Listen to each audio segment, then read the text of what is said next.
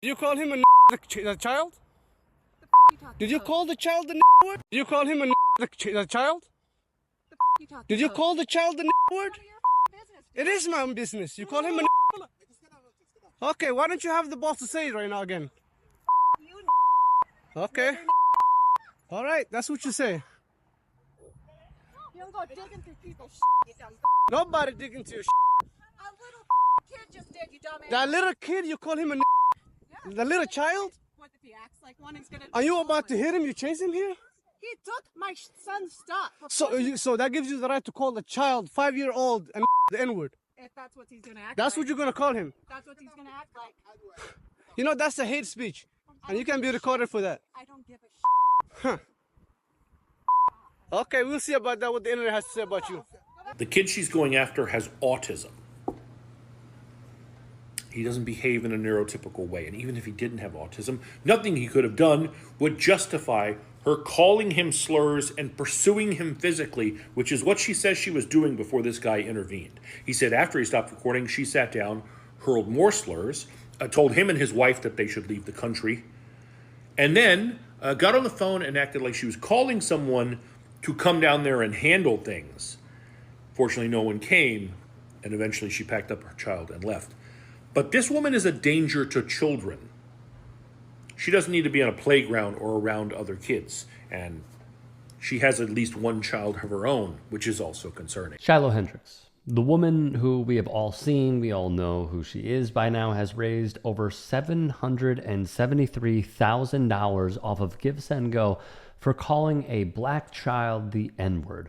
One person is trying to bring all of those funds to a halt. I've been thinking, I've been strategizing, I've been doing a little sleuthing, right? So what I thought about as a business owner, what do I want to hit? Do I want to hit her or do I want to hit the money? So I thought about that. So I started searching and trying to figure out how can I find this funding source. I'm a business owner, I own a retail store, so I know there is a funding source. There's a pipeline somewhere, right? GiveSendGo is the platform she uses, but they are not the bank. So I thought, like, we got to find a bank. And most banks are not going to want to be attached to something like that, right? Like most banks, especially payment processors, they will cut that off with any type of doubt or controversy. They'll usually just cut it off, right? So what I did, I used to be a web developer. So I know how to code and I know how to read code. So I went and I broke down the code on GiveSendGo's checkout page line for line, and there were keywords I wanted to look for, right? So I looked for the keywords and I started looking through the keywords and I found the keyword Block Inc., right? That's familiar, right? Block Inc. is the parent company of Square.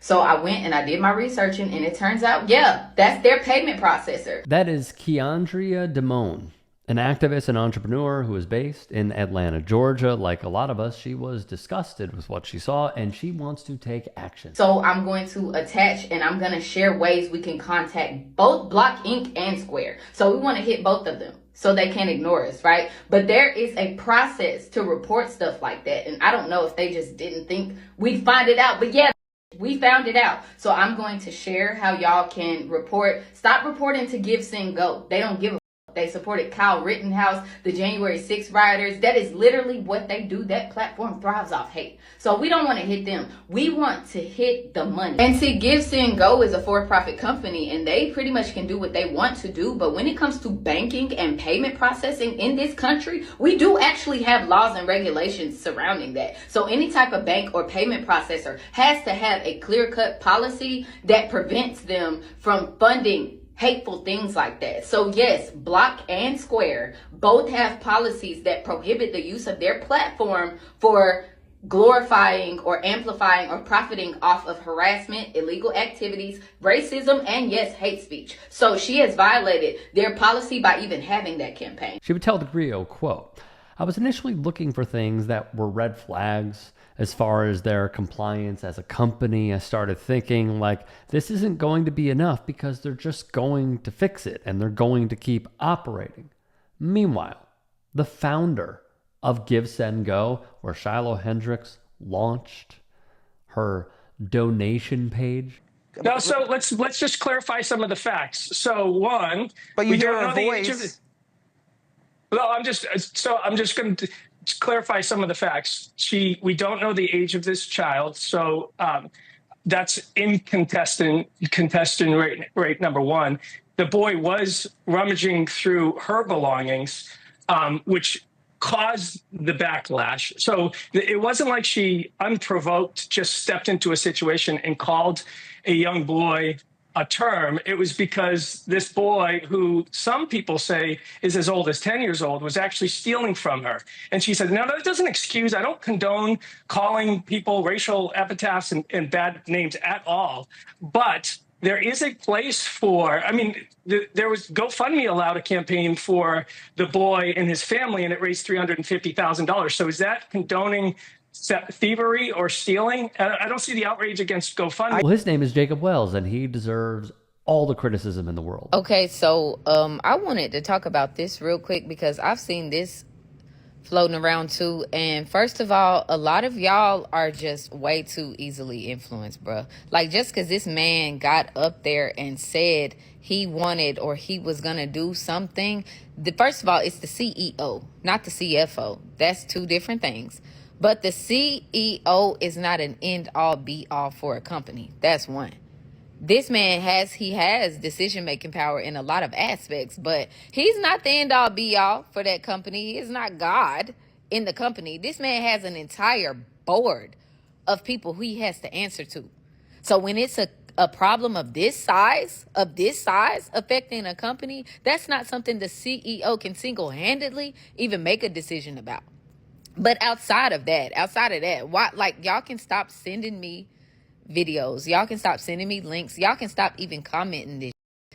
I've seen his beanhead get up there and say he supported her, but we knew that. We knew they were going to support her. We knew GiveSendGo was backing her fully and refused to take down that campaign. In fact, GiveSendGo supporting her was the entire reason I found another solution.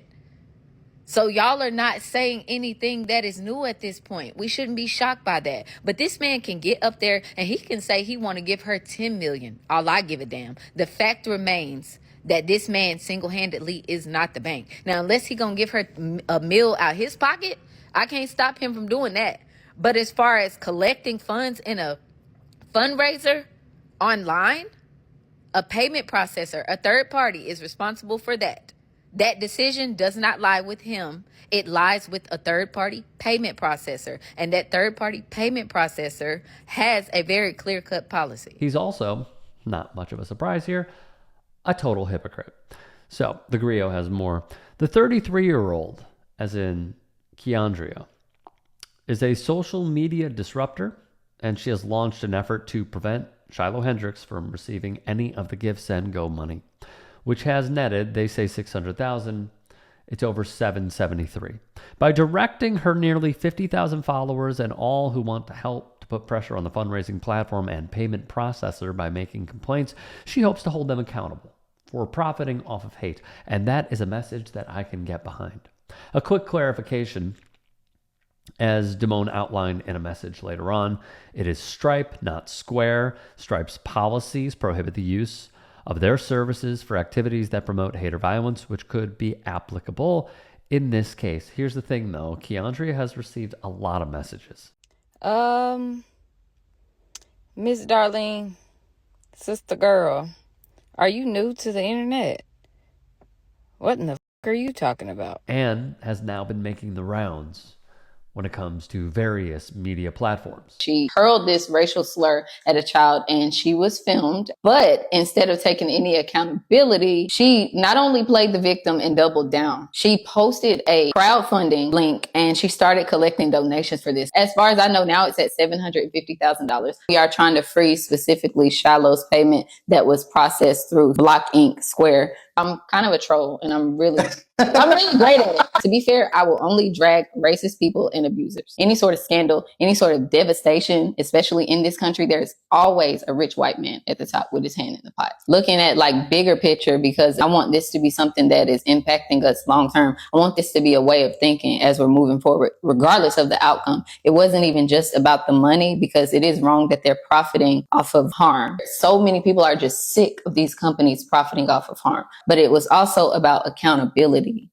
Somebody has to be held accountable. She would tell the black press, quote, "This is not a situation where I just want to cyberbully Shiloh Hendrix and have people talking about her bad dye job. I want to actually get in this situation and make a difference." They'd write, "Kiandria is calling on the public to keep the pressure on by filing complaints directly, and if they've been affected by similar services, with the CFPB or FTC." Quote, "We need that paper trail," she would emphasize. So, in closing, follow her, support her work, and if you can, join in without using hateful language and targeting Shiloh's kids.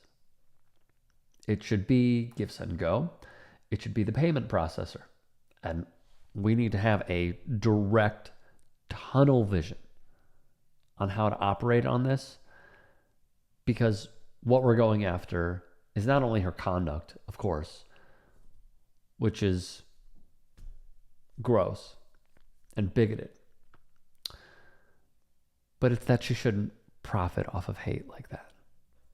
So let's keep our eye on the ball here. If you can and are willing, please become a paid member here at TYT Sports, and or go to tyt.com/join. In addition, you can follow me on Twitter, Instagram, and TikTok. Appreciate it. Have a great day.